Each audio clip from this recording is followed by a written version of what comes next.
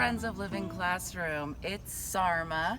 I am here at another mystery school, and I'd love for you to join me walking around, looking at their beautiful native garden, and see if you can discover where I am visiting. We're starting off here with a plant called California buckwheat. And as you can see, it is a popular place for pollinators. These flowers are being pollinated here by multiple different types of bees. This is a neat plant. It's used for medicinal purposes by Native Americans, for cold and for stomach aches, and just lovely flowers right now that are blooming so that our pollinators can enjoy them. Over here, we have a plant called the giant chain fern. Let's talk about the giant part. Does it look so giant to you? Well, it's not giant quite yet. It can reach to be up to 6 feet tall. But right now, its neighbor, the spice bush, is taking over a little bit. So we're gonna trim our spice bush back a little bit to let this fern get as giant as it should get.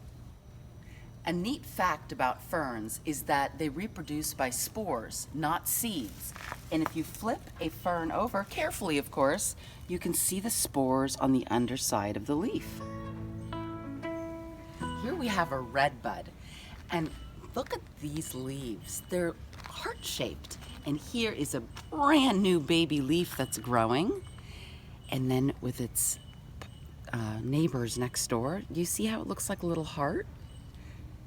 Now, Native Americans use the shoots as well as the bark to make baskets. And it's very popular among our pollinators as well when it is in bloom, including hummingbirds and butterflies, and of course bees. This here is called fragrant sage. I wonder why it's called fragrant.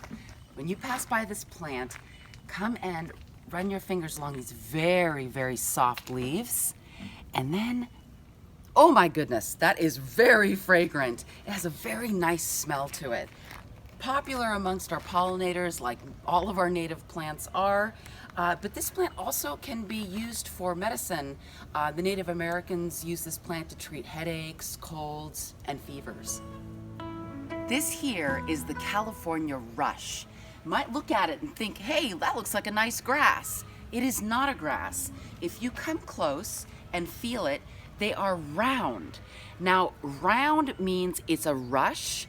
If it had edges, it'd be sedges. So this one here is actually a thick, sturdy stem with little leaves that are like scales that run up and down it.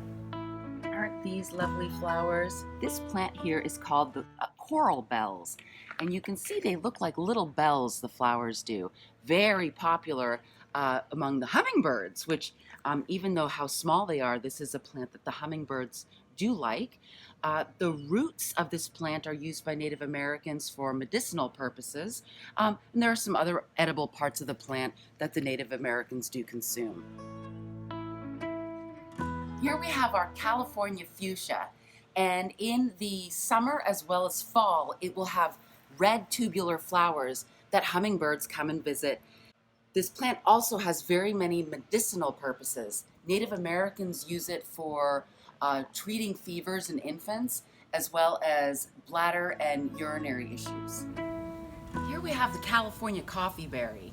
Have you ever been up hiking up in the hills and noticed poison oak? Well, Native Americans use a bark and leaf tea from this to actually treat poison oak. And the berries that will be coming after our flowers here, the berries are mashed up and used on sores and open wounds, and they'll help stop the bleeding. So this is a great medicinal plant to have. This is the pink flowering currant. And as you can see, where are the pink flowers? Well, they've actually already bloomed, already been pollinated, and this is what we have left over. This is a plant that attracts many beneficial insects as well as hummingbirds. And when it's in bloom, it's just stunning. But currently, it is in its next process of creating berries, and the berries are eaten by birds as well as Native Americans. This here is one of my favorite grasses. This is called deer grass. And I wanted to point it out today because look at how gorgeous this is. I don't know if you guys have been on campus when it has already gone to seed here. Look at those seeds.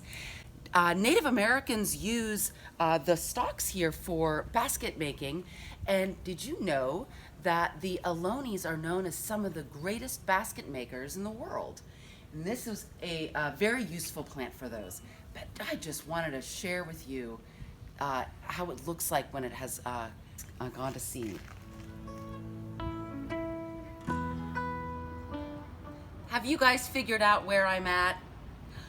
I'm next to a bobcat family. That's right, I'm at Santa Rita. Stay strong, bobcats!